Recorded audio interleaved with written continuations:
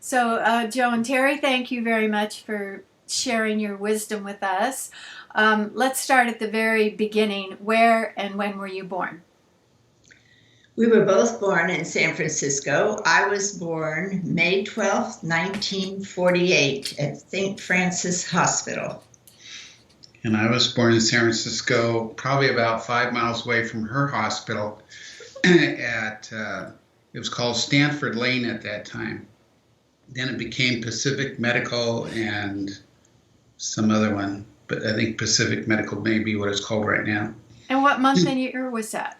And that was March 8th, 1948. So you're born the same year. Yeah, I'm the oldest. And then you met in high school, and I have that story. People say it's almost impossible to have a marriage work when you meet young because people change so much, and they usually change in different directions. So how was it that you weren't a victim of that prophecy? I don't think we were a victim of it. I think we did change. We changed a lot, but we changed in a parallel direction. We weren't changing in going in opposite directions. So we grew together, and we were both pretty mature when we met. In high school, you were mature? We were. We were very mature. We had hard knocks at home, and so So Terry's family had death in the family, and my family had a divorce, and there was a lot of friction in everybody's life, and we just sort of held on to each other during the friction, and we found out that we were our best friends, and it wasn't a problem at all. But I remember you saying when I talked with you before that you were kind of the goof-off guy in class, and you weren't sure Terry would pay much attention to you because you were the wisecracker. Well, I knew she wouldn't pay attention because she was so serious the whole time. And school for me was very, very easy when it came to math and sciences. When it came to languages, I was an absolute basket case. And Terry was just the opposite. She hated math, but she loved English and she loved languages. And so we propped each other up. Whenever, especially in college, I'd be out trying to write a paper and I couldn't type and I couldn't put a sentence together. And Terry would come over and she would say, well, maybe you want to say it this way. I said, oh, that sounds better. And then she'd come into her math class and say, well, I'm doing calculus. I don't understand the concept. And I had learned math by concepts only. I did not learn it by rote memory and numbers. So I said, well, A plus B equals C. And she said, that doesn't make any sense. So she would take and put numbers into A, B, and C and said, oh, you're right. It does work.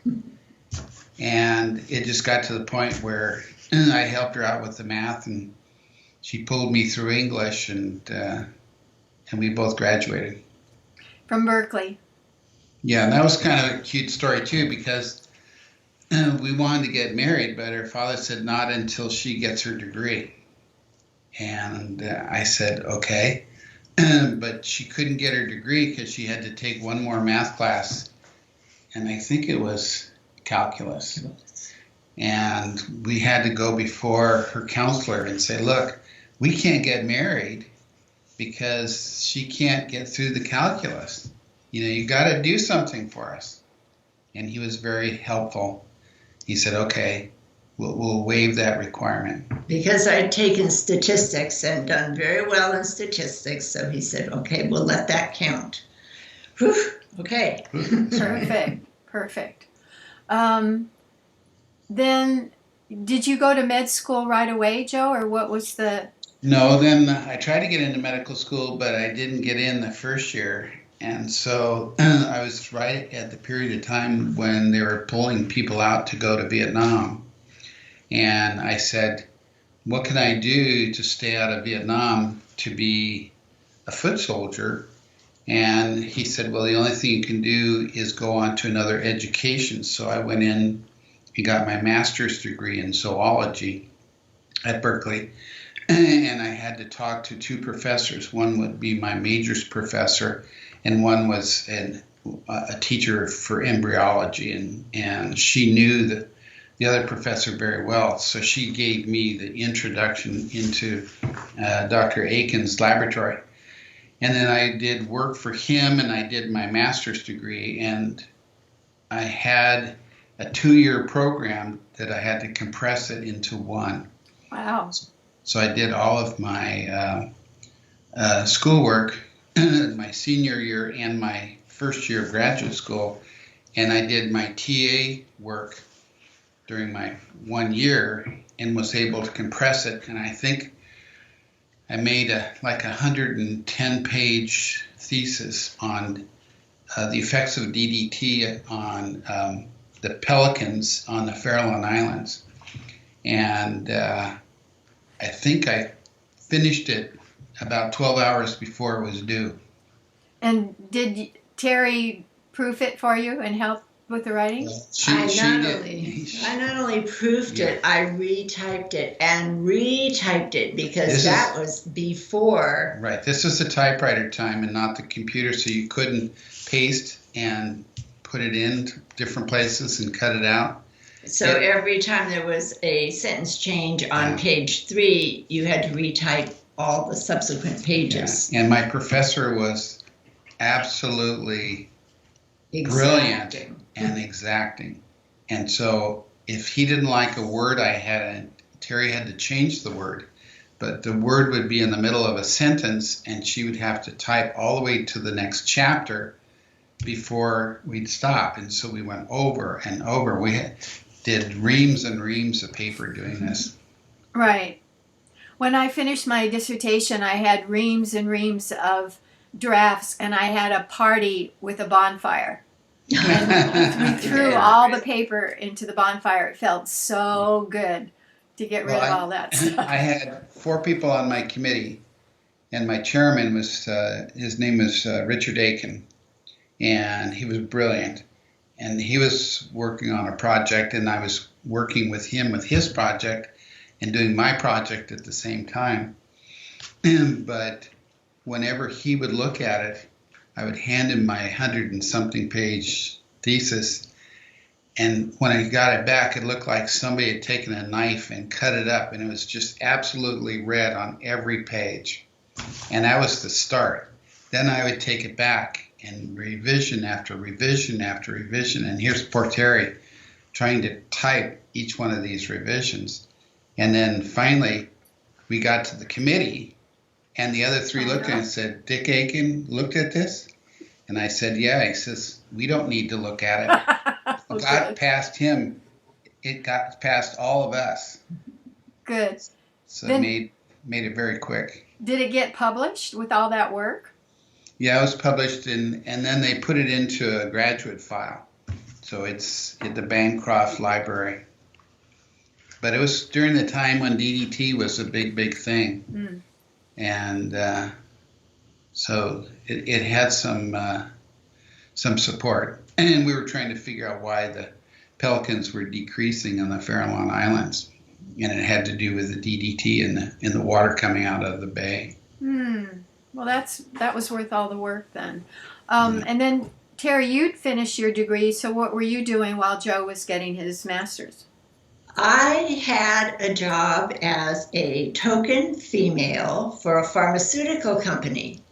That was right at the women's lib. Everybody's got to have women in the field, and I needed a job. I overqualified.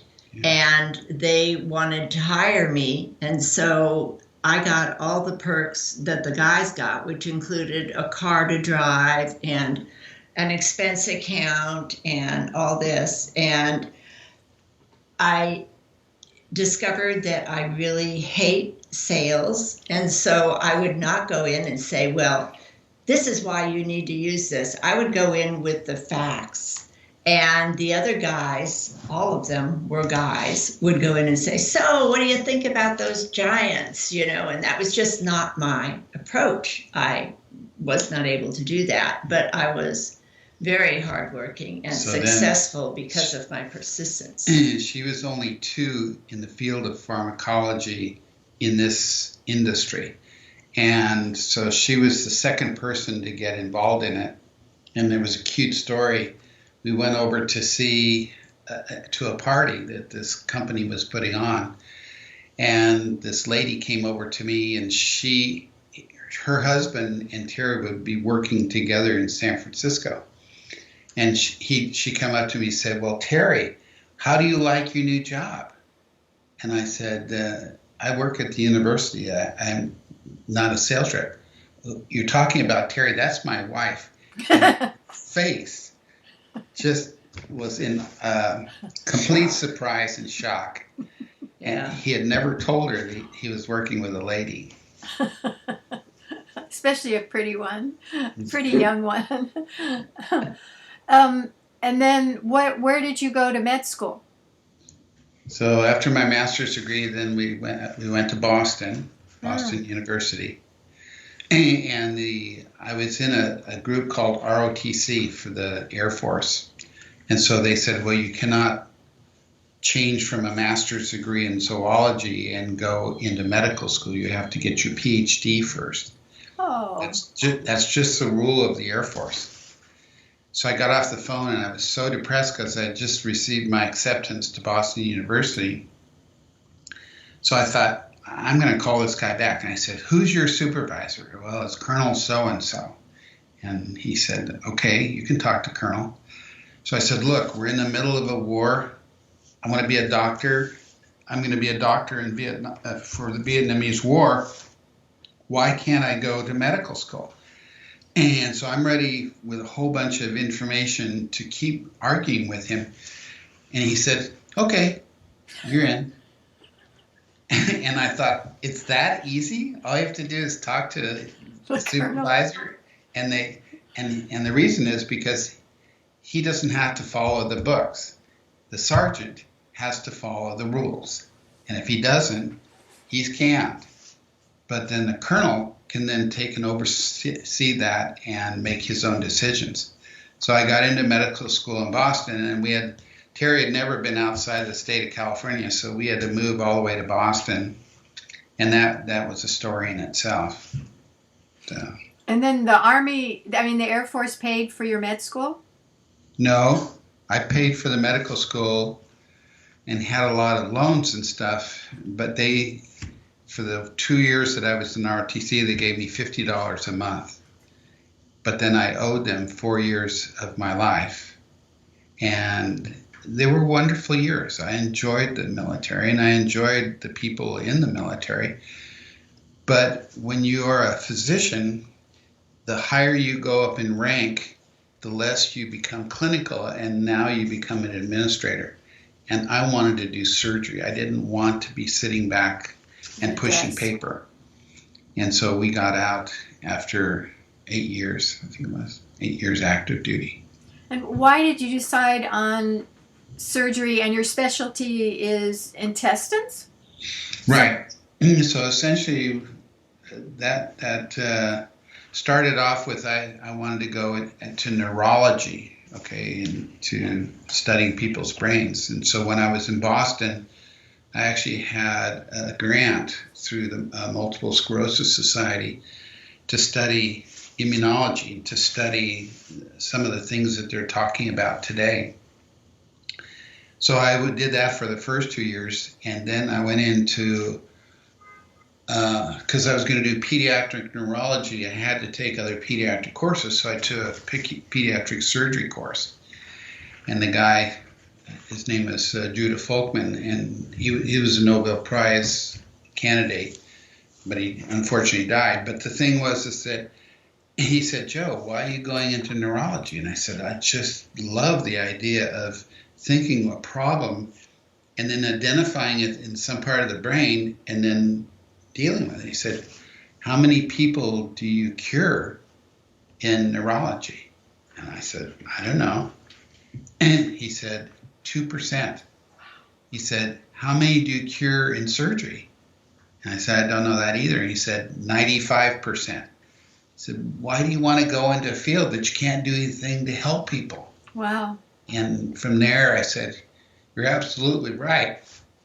And I switched from neurology into pediatric surgery. And then we took some courses in pediatric surgery as a resident, and my wife said, it's pediatric surgery or me. And at that point, I said, let me think about that. And when I was done, I said, you're absolutely right, I have to change. And so I called a friend of mine and I said, what kind of surgery are you doing? He said, oh, I'm doing colon and rectal surgery in St. Louis at Washington University. I said, how often do you have to come in on emergencies? And he said, oh, maybe once every 6 months.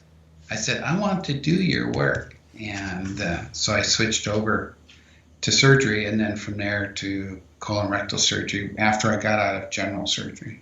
And are you still doing it? No, I retired 2 years ago. Do you miss it? I miss the people. I don't miss the stress. Of the actual surgery? Yeah, the stress of surgery, that was fun. I mean, I could go in on a surgery for 7 hours and coming out thinking that it had only been an hour. So I was really involved in it. It was the post-op management and taking care of people, and the idea of if something goes wrong, it's your fault, and the stress of that was more than the fun of the surgery. But the people that I worked with, I still communicate with, and they're just wonderful people. Because you're a team. Yeah. Yeah. Terry, when did you decide was the right time to have kids? Well, I would have loved to have kids early on, but Joe's work demands were so great that I knew it was going to be on me.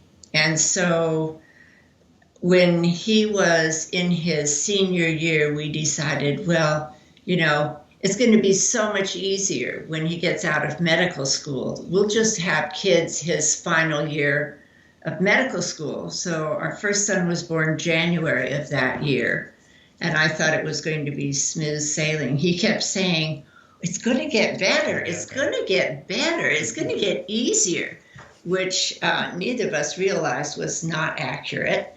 And his internship year was very, very challenging. But he said, residency is so much easier because I'm much more in charge of my own time and energy.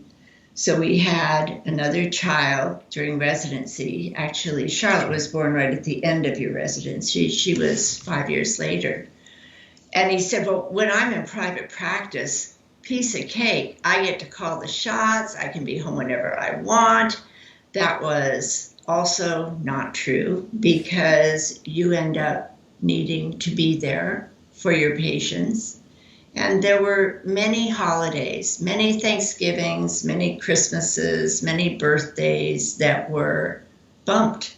We would always celebrate, but it might not be on that day. And that was stressful. That was difficult and unpredictable. Sometimes he knew he would be working, and other times he didn't know. I remember Christmas, you got a call at 4 a.m. that day, and he was gone the entire day and into the night. Our children were... Yeah, it went all the way till January 1st. It was a very, very, very sick patient. Yeah. And we just basically lost that holiday season. I think that's something that people don't realize is a part of a medical marriage. They think, those doctors, they're out golfing, they're out relaxing, they've got it all. And we have a very rich life, but it is an emotionally challenging life for the spouse, probably even more than the physician. And it started off in high school when Terry said that she wouldn't marry a doctor. So it was... that was a big challenge. What changed your mind, Terry? I fell in love with him and decided he was worth it. And how did you cope with the inevitable kind of resentment and irritation of, we have Christmas. we don't have Christmas. Where's Dad? How did you deal with that? We did a lot of rescheduling. You know, we would put aside the packages and open them the next day. And we did that until you retired, really, with my family and my children and my grandchildren. And we still very often celebrate holidays on a different day. It was the hardest when it was something that involved the children, like a school Christmas program or something like that. And we learned pretty early on that if it was something that was that important, it would go on his work schedule. And so his office knew he is off, he is absolutely off that day. If there's an emergency that comes in, someone else needs to take it. He was very generous about recognizing the needs of the family. And so I had a secretary who was very good at making sure that I was going to the events of the family. So she bought a bottle of pills, and they were just jelly beans or something, and it was called Yes Pills. And I was supposed to keep taking these pills until I finally said no. And that way I would make it to my events I was supposed to be at. Because I would say yes all the time when I should have said no. So That's hard because you have your values as a physician and your values as a member of a family, and they were in conflict, it sounds like, a fair amount of time. But we did have one conflict, and the conflict was when Terry got cancer. And at that particular moment, we made a decision that my wife trumped anything in medicine, that somebody could take over and do that just as well as I could. I just had to swallow my pride and do what was really necessary, because we didn't know what would happen with this cancer thing. Mm-hmm.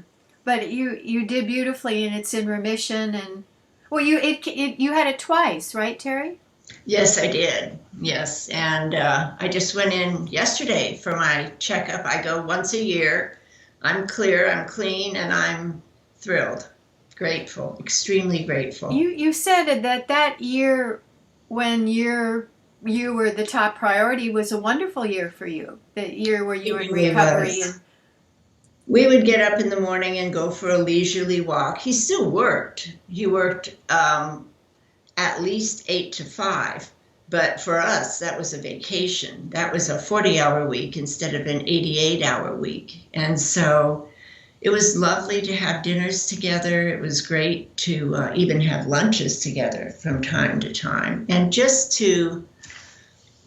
I think the most stressful thing for me was putting things on hold. So a question would come up, a concern, a scheduling concern or behavior problem or whatever.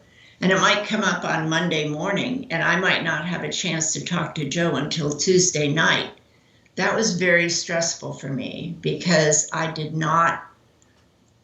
think of about less than the fingers of one hand the number of times that I called and interrupted his work because I never knew what he was doing, and I was not going to risk someone else's life for my concern, whatever it was. And so that was a huge relief. That's probably my favorite thing about retirement, is that we can talk about things whenever we want, multiple times a day. It's like, whoa, really wonderful. People today are interested in mind over matter, psychoneuroimmunology. Do you think that there's any kind of emotional patterns that played into breast cancer? What's your feelings about the immune system and like emotions? I think in some cases they play a role. I think they play a role in every case. For me, I think I just drew a hand that had a lot of pre-existing genetic components to it, and so for me, I think it was probably nearly inevitable that I would end up with cancer. Well, tell them what Scott told you to. And our son Scott, when I was first diagnosed, he's our youngest son. He was in college at Berkeley, and he heard that I had ovarian cancer, and he called me on the phone and he said, "Mom, you just have to know you can't get stressed. You just can't. It's bad for you. It'll make you sick." And I said, "Scott, I promise you that I will not allow myself to get to the point of being that stressed." I mean, obviously, everybody's life has some stress, but I call them red flags. And when I am in a level of stress that is bad for my body, I know it. And I promised my son I would not go there. And so I will cancel an activity. I will recalibrate. I will change an attitude. I will break a promise if that's what it takes to avoid putting myself in toxic stress. And that's really been, that's been a promise since that day. And she had a lot of commitments too at that time. So she just said the commitment right now is take care of me, and all those things are on a back burner. And that's what we did. And I've been very cautious about adding on activities. Even now, there are several things I would love to do. Teaching a class at Ollie is one of them.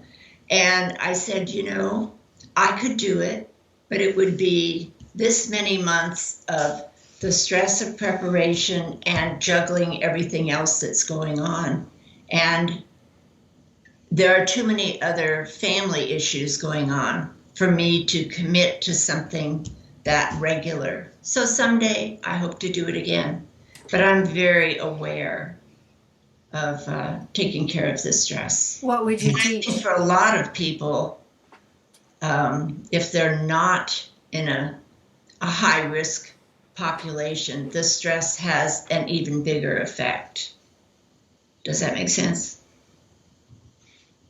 No, because if you're high risk, the stress would have more effect. It did. It probably did. And so the other one was I said, I'll take the stress of your motherhood off you, and you just get yourself well. I'll take care of the kids. Well, that was the biggest mistake in my life too. There's no way that I could do that. The funniest story was I took them all to the grocery store at the same time. Wait, how old were they then? Oh, this story was before the cancer. Yeah. This is, she had hepatitis, and she was down for months, I think it was. And so one was in the stroller, one was just a walking toddler who walked next to me by the shopping cart, and one was absolutely wild. So the absolutely wild one, the oldest one, took off in the store, and I didn't know where he went. And now I've got 3 kids, one I can't find, and 2 of them are together. And I took the second one, I put him inside the cart, and then I told the toddler, you sit right there and stay with your brother. I'm going to go find your other brother. And we were over by the vegetables. And I finally found Doug and brought him back to the cart. And here was the store manager. And my youngest boy was walking on all the vegetables. And my daughter was screaming her eyes out. And I'm coming frustrated that I got these 3 kids with me. And he turns to me like, you need to control your kids. And I just said, stop. I'm leaving right now and taking my kids. You don't need to worry about it. And that was sort of the last time I ever took all 3 kids at someplace at the same time. I said, I don't know how these women do this, but this is not it's hard work. Yeah, it's too hard. Especially 3, because you can't hold on to the third one. Yeah. Well, it only takes 2, one going one direction, one going 180 the other, and you're out of control. But with the 3, it was very difficult. I know one son is also a physician. Yeah, he's a surgeon. He went into the same field that I went into. Yeah, so he must have seen that it was doable, that you could have a family and have that kind of profession. I'm sure he's very service oriented, and he saw that I was very service oriented to people, and I think that helped make that decision. He could have done anything in the world, and for some reason he decided to go into surgery. And I said, that's a really tough field to get into. Your family's going to suffer for it. You know about it. You lived it. And he still decided that that's what he wanted to do. And then the next thing I hear, he's doing what's called a fellowship in colorectal surgery. And I'm going, you got to be kidding. You're in the same field that I'm in. And then the next thing I hear, he wants to come back to Chico. So that was a cute story. So now his son had just graduated from kindergarten. This was several years ago. This is several years ago. Okay, he's 13 or 14. 13. He's 13 now, but in kindergarten they each had to say, what do you want to be when you grow up? And this little girl would say, I want to be a princess, and I want to be a fairy, and I want to ballerina, be a baseball player, and this. And he pulls up his sign and says, I want to be a colorectal surgeon. And I said, this is amazing.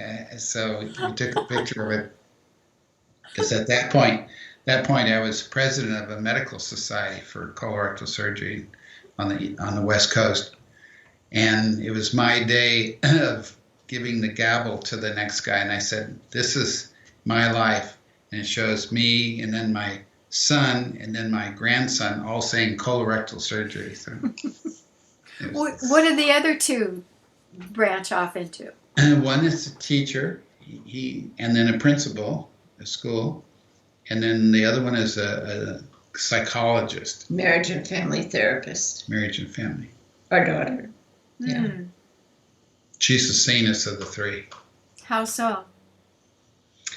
She just knows the right things to say at the right time and calms everybody down. I mean, it's just amazing that she has that ability to make everything sound, that we can solve problems. And middle children are often mediators. Or these are not our grandchildren. These are our children that I Joe know. was talking about. Yeah. Yeah. But she was your middle child, right? No, she was the our youngest. Oh, okay. See, we had two boys, and Terry said, I can't live with three sons, because we kept thinking of that TV program, My Three Sons. And then when the guy said, I think I know what you're going to have, I said, don't tell me, because my wife will be so depressed to know that we have three boys. And then when the baby was delivered, it was a little girl, and we were all happy. And That's great. She was 13 when I was so sick. Yeah, and I really think that I know she grew up in a hurry. She had to cope with things that most 13-year-old girls don't have to cope with. And I think that maturity carried her through. I think that shaped her future, and for our sons as well. Because we didn't know at that particular time how long Terry would survive the cancer. And we had a friend in Boston who had the cancer and died within about 6 to 8 weeks of diagnosis. This is ovarian cancer? Yeah. And so it's one of these things where, we were on pins and needles the whole time. And then we didn't know if we would see them graduate from high school. And then we didn't know if we would see that they would get married. And then all of a sudden, we didn't know if they would have jobs. And then the last thing is, would we see their grandchildren? And we've lived through all of that. Yeah, it's been wonderful. So it's like that needed to happen to slow things down and put the focus back on the family. It certainly changed my focus radically. And the things I was doing were not bad things. It was the Children's Youth Choir and Girl Scouts and some of the support things at the school. It was volunteer work that was important work, but not at the expense of my health. And so I've decided that my health has to be my first priority, and then we'll see. Yeah, right. The wisdom of the body. When you've had conflicts, what were your techniques? Are your techniques for resolving it? One person thinks A, one person thinks B. How do you negotiate that? We definitely had to talk it out. And sometimes we would sort of hold our ground, and probably I held my ground more than Terry held her ground. But then we had to sort of not only say things, you had to actively listen to things. And when I would go away and I would think of what she had just said, I'd realize that I was too pig-headed and I needed to change my ways. And the one thing and we had fights. I mean, I think that's normal for people. Yeah. But we made a commitment to us when we were young, is that if we had a fight, that we wouldn't go to bed angry. And that really, really helped a lot, because, we could resolve our issues. But there've been a number of issues, like Terry's very religious. I'm not. At least I'm not in an organized religion. And we would have talks about that, but they were not angry talks. It was not like, your thing is right and my thing is wrong. It's just that we could discuss those things. The other thing that really helped was I used to think that resolving an argument meant coming to a final solution. And I learned that it doesn't always work that way. And probably the most helpful thing I learned was I don't have to have the final word. I can just leave it unresolved and we'll come back to it.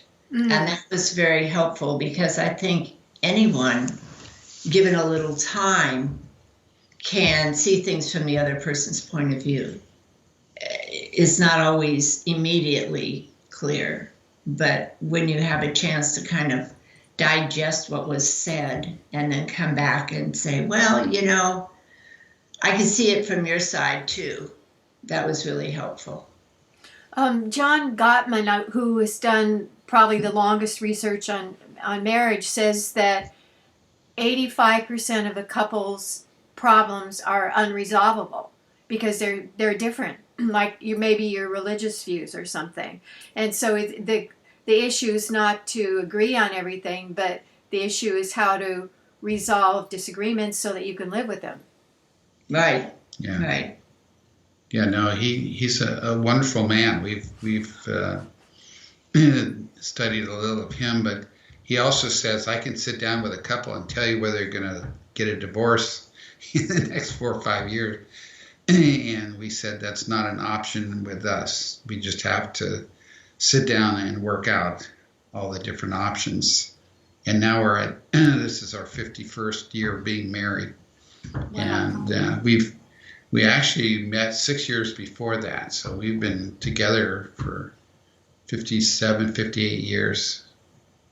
Wow. Did you do one of Gottman's workshops, like Marriage Encounter? No. We did do Marriage Encounter 2 different times. I wasn't aware that Gottman was connected with that. I don't think he is. But we did do a Marriage Encounter workshop when we had a toddler, when Doug was a baby. And then we did a second one a couple of years later. They said, well, your situation has really changed. We think you could benefit from this. And we still use the techniques that we learned in those workshops to keep the conversation going. There's a series of cards, conversation starter cards, and I think they're called Best Self. And they're questions, just what's your favorite sport, or what's the best thing that happened to you today, or what's the hardest thing that you've dealt with this last week? Just random questions. And they're a really good way to stay in emotional contact with each other and not just get. And during this year of COVID, we had a very big routine of doing it daily. This last month, we haven't done it as much as we've done before, but we were doing it on a daily basis. With the cards? Yeah. And just we would write each other a letter. About the same, like the question is, what's the most challenging thing you faced this week? And you both write it and then share it? Yes. What's the advantage of writing it? It gives you time to think? But it puts it into perspective of what you want to say to a person. And I think formalizing it is a lot better than trying to just talk it out. But the second thing is that once we had written it, then we would sit there and have a conversation. So it's called a 10 and 10. So it took 10 minutes to write it, and then we'd have 10 minutes to discuss it. And the other advantage to writing it is that we don't interrupt each other. You know, you get to carry your train of thought all the way through to the end. And for me, I problem solve as I write. That's just what writing does for me. And so I can start out in one direction, and as I write, it's sort of without my awareness, without my choice, it goes in a different direction. And that's a good thing. Yeah, really It's good. a way to gain insight. What other tools did you learn from the Marriage Encounter weekends or sessions? I think that idea of don't go to bed angry was probably from Marriage Encounter. And I think the sense of It's we instead of I. we instead of I. I was going to say something about the great importance to you of this other person in your life, and recognizing, consciously thinking about what would my life be like without this person in it, and processing that. And, you know, I still do it. I will be doing something, laundry or whatever, and think, look at this big stack of laundry. And then I'll say, how would I feel if I didn't have this laundry to do? And it really makes me recognize what's important. The important thing is the person and not the work, not the chores. Right. When you had 3 kids and Joe was working long hours, did you get help, like house cleaners and that kind of thing, so it wasn't all on you? The only help I had, well, when I was very ill, I had many people bringing us dinners. That was huge. That was wonderful. That was probably 6 months both times. But when I wasn't ill, the thing that I did do was to hire someone to come and help me with the housekeeping. And I did that. I worked as a housekeeper when I was in college, and it was a godsend for me to have that income and that flexibility. And I thought, you know, this is something I can give back to another person who needs that income. And it also is a way of keeping myself, preserving my limited attention and energy for the things that made the biggest difference. Yeah, I think that's crucial. Because if you're working all the time and tired, then you're not having fun, and that's not good for the relationship. Right. Well, and it was very interesting. The lady that came to help was also had her own problems and turmoils and stuff, and she has grown into this beautiful lady who she needed kind of work, and we helped her get her schooling so she could get this job. And so we've been close friends ever since. And her daughter's grown up with us, so we've known her all this whole time. Masters and Johnson said that pair bonding is based on the shared memory of good times. So throughout these 51, 57 years, what have been the bonding, the fun, the romance that made the glue? Early on, it was outdoors. It was backpacking, it was hiking, it was camping, it was, just being at a beach or in the mountains. Those were really high points for us and for our children. And then when we were in our mid-50s, we discovered ballroom dancing that we absolutely love, and we didn't know that. So that has been wonderful. We haven't been dancing now because of the COVID, but we will go back. Oh, and you can practice with each other with videos and stuff at home. Oh, we got plenty of videos and stuff, but we just don't have floor space. I love to do the waltz, and it takes space to do the waltz. And I would knock over furniture and break mirrors and stuff. I said, no, this is kind of crazy, but we're looking forward to it again. But the other thing is that we would do things that our kids would say, you're crazy. So we went to Spain and walked the Camino. Why is that crazy? Because we're not in shape to do that. And so the first time we'd done a trip where we're doing 20 miles a day for 150 miles. And my oldest son said, you're going to die doing that. Well, when we survived, he stopped saying that. So then we went back and did another 150 miles.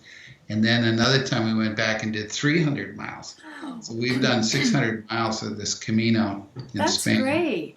Did you prepare beforehand? I absolutely did. Joe was in better shape.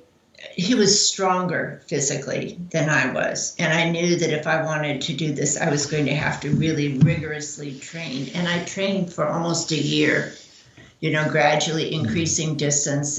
Yeah, we got to the point where we would go from our house all the way to the center of Durham and all the way back. On foot. Training walk. And that was a 20-mile hike. And we said, okay, if we can do that, we can do this hike. Well, we did this hike, and we were doing 20 to 22 miles a day. One day, I think we did 23 miles, but we would start at 6 o'clock in the morning, and we'd get in at 7 and 8 o'clock at night. Wow. And then you'd take a shower, hit the bed, and jump out of bed and go another 20 to 22 miles the next day. And we did it. We had a wonderful time, met a lot of beautiful people. And we were with each other the whole time. What a good feeling to do that together. And you must have gotten strong and fit. And yeah. It was very good. And Joe was a lot more reluctant than I was. Oh, the first time we were going in February, March, because I hate hot weather, and Spain can get very, very hot. So we start our hike, and it's raining, and then it's lightning, and it's thunder, and then it's hail, and then it's rain again, and we finally get to where we are, and we look like little wet puppies. And then the next day it's snowing, and now it snows for a couple of days, and then it would rain again. And so if you take a look at the whole 600 miles, it probably snowed 10 days, and it rained about 30, 35 days out of that. And but we loved it. I mean, it was so enjoyable. What it did was make us realize that you can be joyful regardless of whatever. You have a blister on your toe, you have snow in your ears, whatever it is. Yeah. You're cold and wet, you can still be joyful. And I think that sense of external pressure was off. The very first day, Joe said, well, it's already 1 o'clock and we still have this long way to go and we're never going to make it for dinner. And I said, we have a place reserved to stay. We'll get there when we get there. And that was just a very different way of looking at life. Yeah. So then we did one, it's called O Sobrero, which is way up on the top of a mountain, and that next day we got up to the snow, It was now snowing outside, and we had to go up to this mountain. We knew nothing about this mountain. We didn't know where we were going to be going. We didn't know how it was going to be. And I said, let's just go down the road. You know, I can see the road. We can walk down that and bypass this mountain. Terry, oh, let's try the mountain. And I said, okay, we're going to do it, but we're going to turn around if it looks like it's dangerous. And we did it. We made it across the mountain and met this beautiful young girl who's just happened to be her birthday that day. She was from Milan, Italy. And when we found out it was her birthday, we took her out to dinner that night for her birthday. And then she disappeared. She's a much faster walker than we were. So. I think, but you don't have to carry sleeping bags and blankets and stuff because you stay in. We chose not to. We chose to have somebody take that. We carried a day pack, which was challenging enough. There are a lot of people that would do that with a sleeping bag and stay in these hostels. But the hostels had like 40 to 50 beds, and everybody's snoring. There's one bathroom for 40 people, and everybody told us about the bed bugs. We said, look, you know, I want to walk 20 miles and then I'll take a shower. I'm going to go to sleep and then I'm going to get up tomorrow morning. Do you want to do it again? Yes. Yeah. After COVID. We have another 150 miles that we haven't done, and that's to go over the Pyrenees from Lourdes in France. That's where we stopped, and then we started again in Logroño, which is on the other side of the Pyrenees. So what we want to do is do that part, but that's a killer. and usually between 3 and 5 people a year die on the trail. Oh, it's literally a killer. Yeah, and so I was sending home pictures of crosses and grave sites and empty packs and empty boots, and my daughter said, "Stop sending those back to your children." That's great. When we first meet, there's different chemicals in the brain that are exciting, and you can't eat and you can't sleep, and then endorphins kick in, and it's a different kind of love. Is what do you find over the decades in terms of how to keep some of that excitement and, you know, passion? Can one do that over 50 years? Yes. Yeah, I think you know, you can look back in memory and think, what were those fun things we did? And that's something we often do. We said, well, when was our first kiss? And what did we do? And she keeps talking about a load and coat in the rain and stuff like that. And those are memories that we cherish. But there are always things that we have to talk about. I mean, it's almost like I don't consider that we married and then we became dull. I consider it that we're still having that kind of relationship where we can be surprised and have things to talk about. And we're so different. I mean, Terry is so straight and narrow, and I'm sort of flying off the side, just like I was in high school, that it doesn't seem like, you know, we've ever sort of gone out of that. And then we like to do things together, you know, like the dancing was really a cute one. I said, I don't dance. Look, stop asking me about dancing. And she said, this will be the last time. And I said, if you promise this is the last time you're going to ask me to try to dance, I'll go.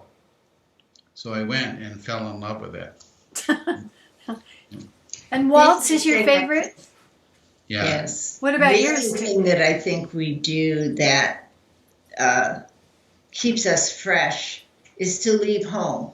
You know, we have a very rustic cabin up in the mountains. We go up and just sit, we hike, we, you know, look at the blue sky and the trees, and we leave behind the daily grind. And that really is a good thing. Joe likes traveling way more than I do. Mm-hmm. But even just going away for a day gives that renewed perspective and the it sparks the enjoyment of being together and doing something together. Right. Do you know your Myers-Briggs, Kiersey, and Bates temperament types? No. I'm going to send you the link, and we'll see how different you are. What did the 3 kids? Are they all married, and do they have happy marriages? Yes. Yes. So we have 3 children and 9 grandchildren now. So 2 of them are adopted, and our daughter was unable to have her own children, and she adopted 2 children. Both of them have problems from their original parent being on methamphetamines. And these 2 kids are just beautiful. I mean, if it weren't for my daughter, I think that they wouldn't even be alive today because they're so challenging at the beginning, and now they've developed into really beautiful people. And it's strictly from her and her husband putting in all that work to do that. That's a beautiful story. Yeah. That means a lot to. So they were very difficult to get to know because of the way their chemicals in their heads were working. And now Grandma and Grandpa's house is their favorite place to go outside their own home. So it's been great for everybody. That is great. How do you organize now that you're both at home, cooking, cleaning, paying bills, the kind of roommate issues? Well, before we got married, there was this agreement that it would all be 50-50. I'll do 50% and you do 50%. And then there was medical school and we couldn't do that. And then there was internship and residency. And then there was owning your own business. And then there was blah, blah, blah, blah, blah. And so now that we're retired, I would say it's rarely 50-50. It's more like Joe does 95% of the stuff outside, which he loves.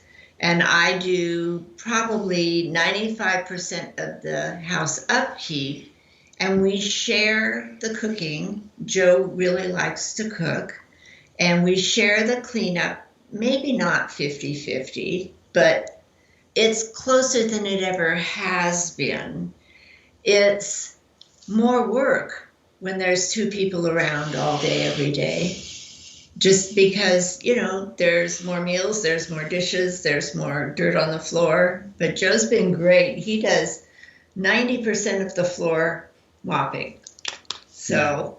Yeah. But there are things like banking and stuff that Terry did mostly all by herself. And she said, you need to learn to do this stuff too. So I sort of go behind her shoulder and watch her do it. And I'm amazed how good she's at it, and especially when we go to the accountant and I'm absolutely out to lunch. I'm sort of like, floating in a cloud while these guys are working on the accounting.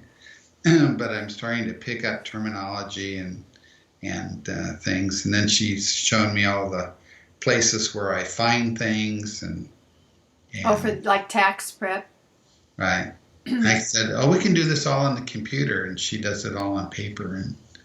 Well, some of it, in order to do it on the computer, you have to put it into the computer, and it's more work. So anyway, It's working out. It's working out. And we have enough individual interests that we're not in each other's hair all day, every day. So that's good. So I was doing vaccinations for COVID, and Terry would be assisting with that, but then she had all of her other projects that she was doing with Ollie. And so we do have our things that we do ourselves and then things that we do together. So you don't get bored. Terry, what did you teach, or will you teach at Ollie? I work with the Poetry for Pleasure group. I just help with the logistics part of it. The gentleman who started it sadly just passed away, and he sort of handed the mantle to another gentleman who is a poet himself. but he doesn't want to deal with the Zoom connections and all that. So I said, well, I'll do that. I'll make the phone calls. I'll train people. So I work on that. The class I'd really like to teach is a class on coping with cancer as both a caregiver and a patient. And if I teach it again, I will probably relabel it so that people aren't scared away, because they may say something like, well, I don't want to go there. I don't want to think about it.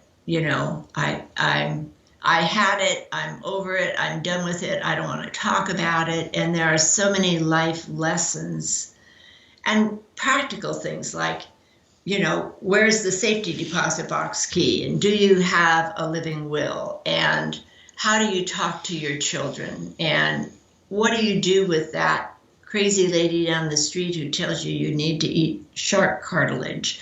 There's a lot of life skills involved in it. And I have written a book, and the book was the textbook for the class. It was really well received. I could do it again. I would love to do it again, but I would probably want to make it more generalized so people weren't scared away. What's the title of the book for people who want it? The title of the book is Cancer: Exploring Your Path, because I firmly believe that everybody's path is different, although there are common issues. And it's set up so that each chapter is standalone. There's a chemotherapy chapter, there's a radiation chapter, there's a chapter on hospice, there's a chapter on fear. And so my intent was that it would be a resource book and people could pick it up and read just what applied to them right then, instead of saying, oh my gosh, this is overwhelming, I can't do this. So it's actually been a life's work, because she first called it Cancer: The Adventure of Your Life. And then she realized that there were some people that would not survive the cancer. And so she had to then add on other chapters for those people that lived with cancer until death. And so that was sort of the addition to it that then combined the two of those together to make this book. But she was the author, and she also led the class, and I was kind of the host. I would do all of the technical stuff for her, and then occasionally people would ask me questions about the medical side of it. And so it worked out very well. Do you think there's anything that you did to prevent reoccurrence that other people could learn from? People who have there are many. One of them is watching for those red flags and not getting in over your head in activities. One of them is paying attention to your body. One of them is listening to your intuition. If you think there's something wrong, but you really don't have anything specific, but you just have this gut feeling, don't ignore it. Never ignore it. One of them is... And that's very true with ovarian cancer, because the symptoms are so subtle at the beginning. It's a cramp, it's a headache, and everybody says, oh, it's your menopause, it's your hormones, it's your this or that. And so most of the early diagnosis of ovarian cancer is swept under the rug until they get into stage 3 and stage 4 cancer. And so essentially, women who start to have any of these symptoms should be talking to their doctor. And if they're saying, in fact, it happened to Terry, well, just take some Tylenol, it's going to get better. And we just said, I don't believe it, Terry. Let's find another doctor. And we did. And literally within a month. It was within a week. Yeah. We had a diagnosis. So I think that's really important. The other lessons I would pass on: don't keep it a secret. Don't go it alone. Enlist your friends and family and allow them to help you. Many cancer patients are type A, I can do it all personalities, and it's very humbling to say I need help. And it's also incredibly rewarding for both the giver and receiver. So I would really encourage people to get help. Both friends and especially children. And don't leave the children out. Right. Whatever you do, at whatever age level they can understand. And they need honesty. Everybody needs honesty. It does nobody any service to mislead. And I think you can be honest without being incredibly frightening. I mean, one of my children said, "Are you going to die?" And I said, "I will die someday. I don't know when that will be. And I'm going to do everything in my power to live as long and healthy as I can." But, rather than saying, "Oh, no, I'm not going to die," I would not do that. I would be honest. And that got us through with the minimum of hassle. I mean, it was hard for everybody, but it would have been much harder if we had been trying to protect them. And the other thing is, when we were getting down to treatment, we would discuss the different types of treatment and what were the side effects of the treatment, and could you survive just the treatment alone. And we got to one point where we said, well, we've now gotten to the point where we don't see any visible tumor. They want to reoperate on you and look to see if there's any tumor left. And one of the studies showed that if you gave that same chemotherapy right into the abdomen, that there was a chance that you would survive longer than if you didn't.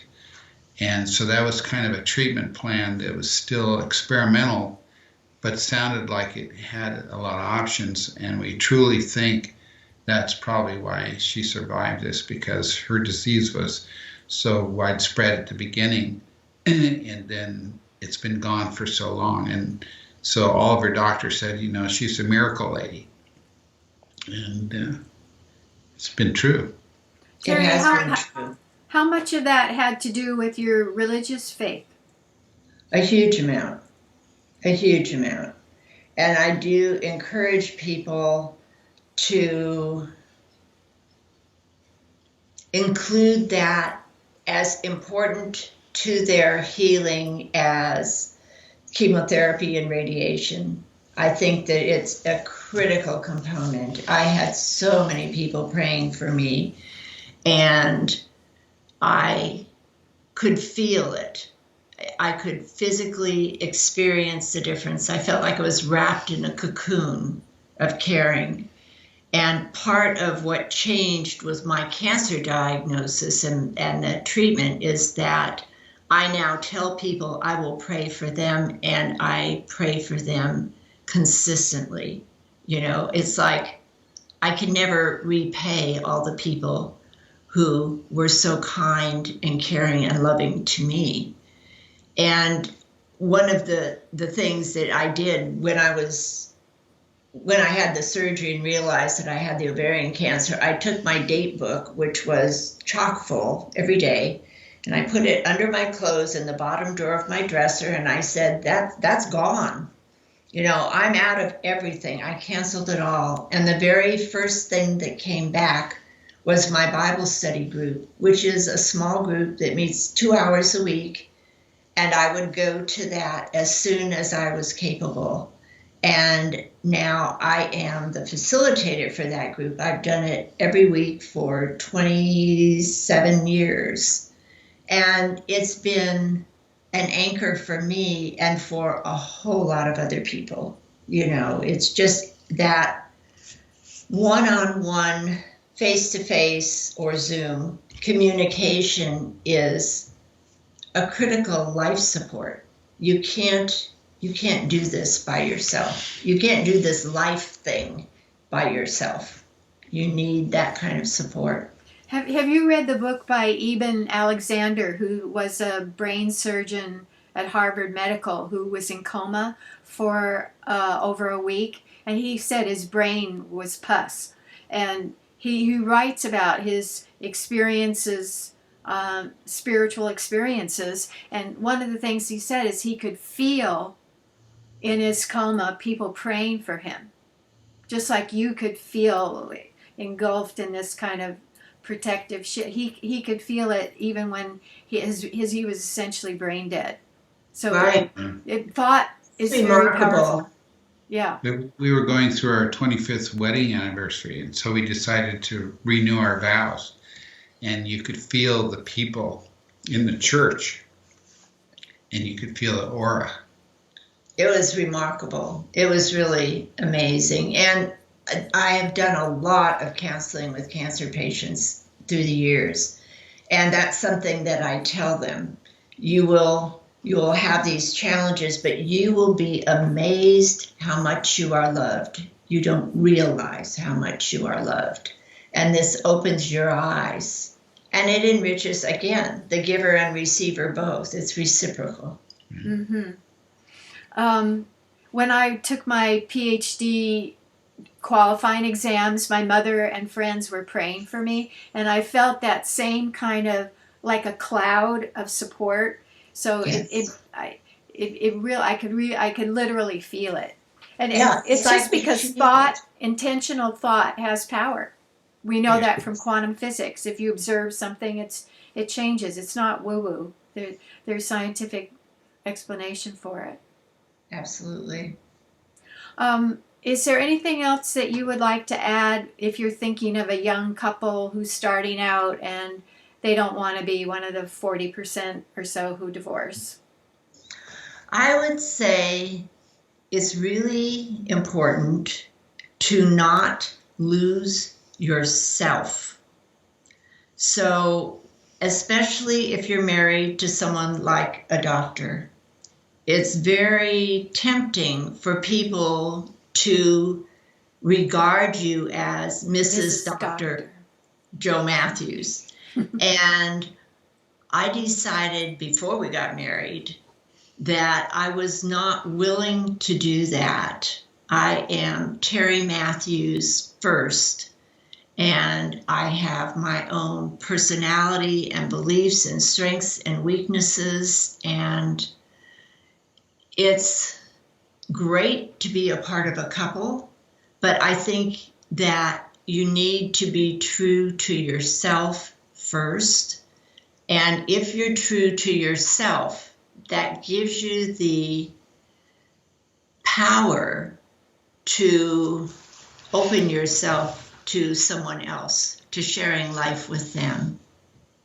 Does that? That makes perfect sense. Yes. Okay. Joe, any advice? Well, I feel the same way. When we were at Berkeley, we were trying to decide our wedding vows, and we didn't want to just use the regular wedding vows, so we had a whole bunch of references that we'd use, and one was The Prophet by Gibran. And it kept talking about the bow and arrow and how the arrow goes straight, but that you are your own self. And you're just sort of weaving back and forth in each other's paths. And I felt the same way for Terry. I said, Terry, do the things you want to do. Don't do the things that you think I want you to do. And we were that way all our lives. So I truly think that the vows that we had when we were married, in fact, our 50th wedding anniversary, we used those same vows. The readings, yeah. The readings. And the vows. And we were going to have an Irish priest bless us for this. And he had been at a church here in Chico at Our Divine Savior, but went back to Ireland, and he's retired now in Ireland.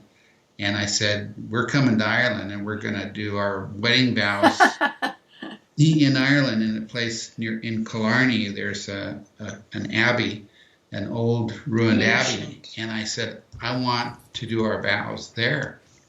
And then COVID hit, so we couldn't do it. But he got on the telephone the day that we did our vows, and we did it on Zoom. Well, we were standing in our own family room, just the two of us. How When sweet. he gave us a blessing by How phone sweet. from Ireland. Well, you can go to Ireland and do your 55th or something. Oh, it's on my list, on my to-do list. I would love to do that. Good. Okay. Thank